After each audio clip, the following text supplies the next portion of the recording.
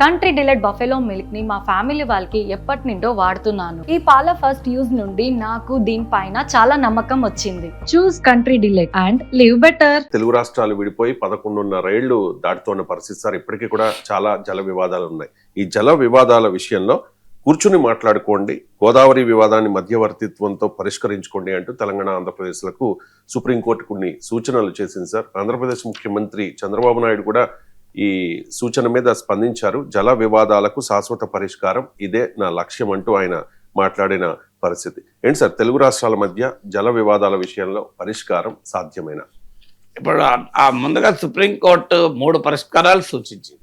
అంటే ఒకటేమో ఆర్టికల్ 32 కింద తెలంగాణ సుప్రీంకోర్టుకి వెళ్ళింది.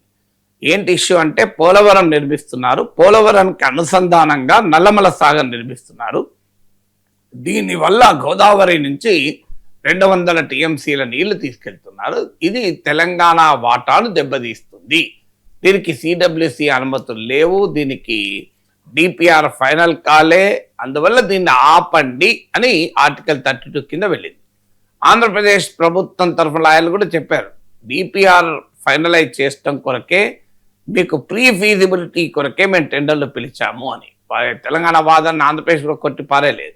అప్పుడు సుప్రీంకోర్టు చీఫ్ జస్టిస్ అడిగింది అంటే మీరు ఇప్పుడు ప్రీ ఫీజిబిలిటీ కొరకు ఇంత ఖర్చు పెడతారు, మీరు రేపు ఈ ప్రాజెక్టు ఆపివేయమంటే ఆ ఖర్చంతా వేస్ట్ కాదా అని కూడా అడిగారు. సో తెలంగాణ అభ్యంతరాల ఆర్టికల్ 32 ఏం చెప్తుందంటే it's a unique constitutional provision. మన దేశంలో ఉన్న అత్యంత ప్రత్యేకత కలిగిన రాజ్యాంగ అధికరణ. మీరు చెప్పాలంటే భారత రాజ్యాంగంలో ఏ అధికరణ హైయెస్ట్ రిగార్డ్ ఇస్తారు మీరు నన్ను అడిగితే ఆర్టికల్ 32 అంటాం. ఎందుకంటే ఆర్టికల్ 32 ఏం చెప్తుందంటే దేశంలో ఎవరికి హక్కుల భంగం కలిగినా నేరుగా సుప్రీంకోర్టును సంప్రదించవచ్చు. That is the article 32. Supreme court డైరెక్ట్గా ఆదేశాలు ఇవ్వచ్చు, మాండమస్, ఏబియస్ కార్పస్ ఇట్లాంటివి అంటారు. So supreme court can directly issue an order so to protect the rights of the things.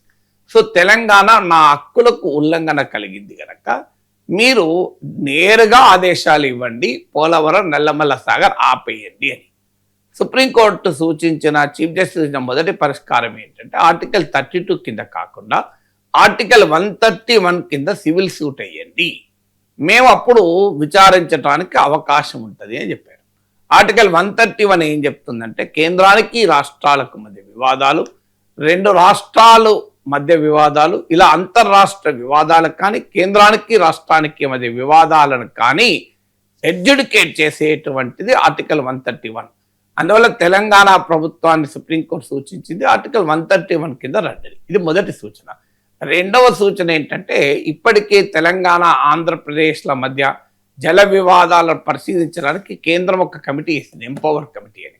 ఆ ఎంపవర్డ్ కమిటీకి తెలంగాణ తన వాదనలు వినిపిస్తే ఎంపవర్డ్ కమిటీ అవసరమైతే ప్రాజెక్టులను నిలిపివేసే ఆదేశాలు ఇచ్చేలా అధికారాన్ని సుప్రీంకోర్టు ఇవ్వవచ్చు, అవకాశం ఉంది. అందువల్ల గో టు దట్ కమిటీ అన్నారు. మూడవది ఏమన్నారంటే కీలకమైనది, అసలు ఈ న్యాయ వివాదాల దాకా ఎందుకు, కోర్టు దాకా ఎందుకు, 2 రాష్ట్రాలు కలిసి కూర్చొని మధ్యవర్తిత్వం చేసుకొని పరిష్కరించుకోండి అన్నారు. చాలా సంతోషం నిజంగా మధ్యవర్తిత్వం అయితే. కానీ పరస్పర విరుద్ధ డిమాండ్లు ఉన్నప్పుడు ఎట్లా సాధ్యమవుతుంది? ఇప్పుడు మీకు కృష్ణా నదిలో 811 టీఎంసీ ఉంది బచావత్ వాడినాటికి. ఆ తర్వాత 190 టీఎంసీల సర్ప్లస్ వాటర్లను కూడా కలిపి బ్రజేష్ కుమార్ మిశ్రా ట్రిబ్యునల్ డివైడ్ చేసింది. ఆ 190 టీఎంసీలు పక్క పెడదాం 811.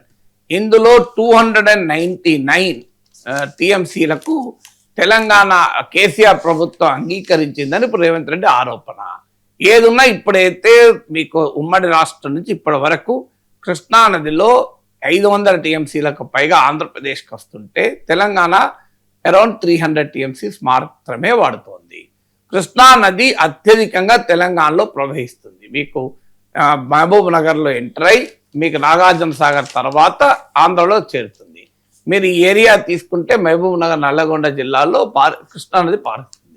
ఉమ్మడి రాష్ట్రంలో తెలంగాణేతర ముఖ్యమంత్రులు ఉండడం వల్ల కృష్ణానది జలాల విషయంలో మాకు అన్యాయం జరిగింది. అసలు Nagarjuna Sagar project construction site కూడా ఆంధ్ర నాయకుల ఒత్తిడి మేరకు మార్చారనేది కదా తెలంగాణ ఉద్యమ ప్రధానమైన డిమాండ్ ఇష్యూ. గోదావరి పైన ఇప్పుడు పోలవరం, నల్లమల, సాగర్ పైన తెలంగాణ కోర్టుకెళ్ళొచ్చు, కానీ అసలు గోదావరి కన్నా అతిపెద్ద వివాదం కృష్ణా రివర్లో ఉంది. మీరు కృష్ణా రివర్లో వివాదం ఉంటే ఎలా పరిష్కారం అవుతుంది? తెలంగాణ ఏమంటుంది, 50% వాటా మాకు ఇవ్వాల్సిందే కృష్ణా నదిలో అని. అంటే 50% వాటా ఇవ్వాలి అంటే ఆంధ్రప్రదేశ్ ఇప్పుడు వినియోగిస్తున్న 200 టీఎంసీల నీళ్ళను వదులుకోవాలి. దీనికి సిద్ధంగా ఉంటుంది ఆంధ్రప్రదేశ్.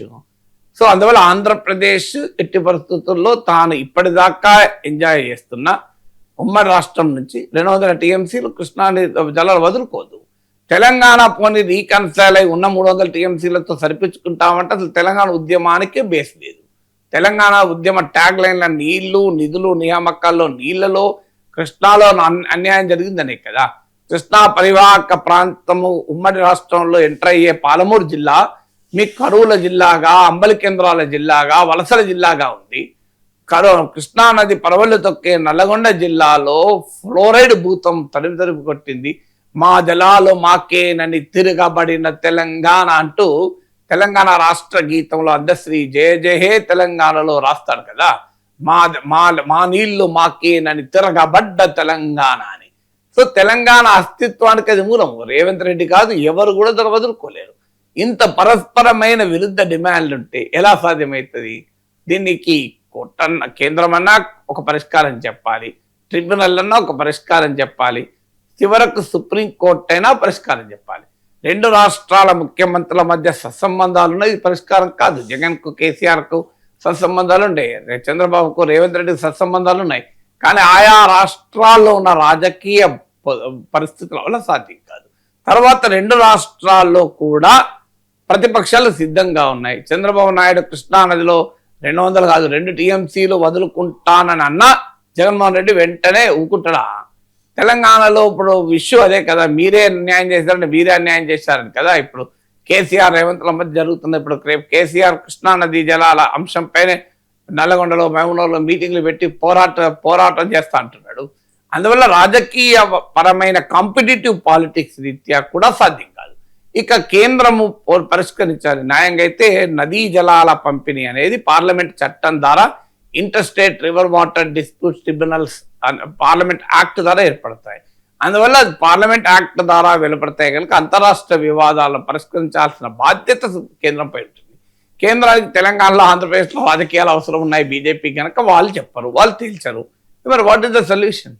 సొల్యూషన్ ఇది అత్యున్నత న్యాయస్థానమే. ఇంకో మార్గం అది ఆర్టికల్ 32 కిందనా, ఆర్టికల్ 131 కిందనా, ప్రాక్టికల్గా ఇంకో మార్గమే లేదు కదా. కాంపిటేటివ్ పాలిటిక్స్ ఉన్నాయి, సెంట్రల్ గవర్నమెంట్ పట్టించుకోవడం లేదు, ప్రేక్షక పాత్ర పోషిస్తుంది, రాజకీయ సత్సంబంధాలు ముఖ్యమంత్రుల మధ్యలో ఉన్నా తేలడం లేదు. Then what is the solution? It has to be adjudicated by the supreme court of India.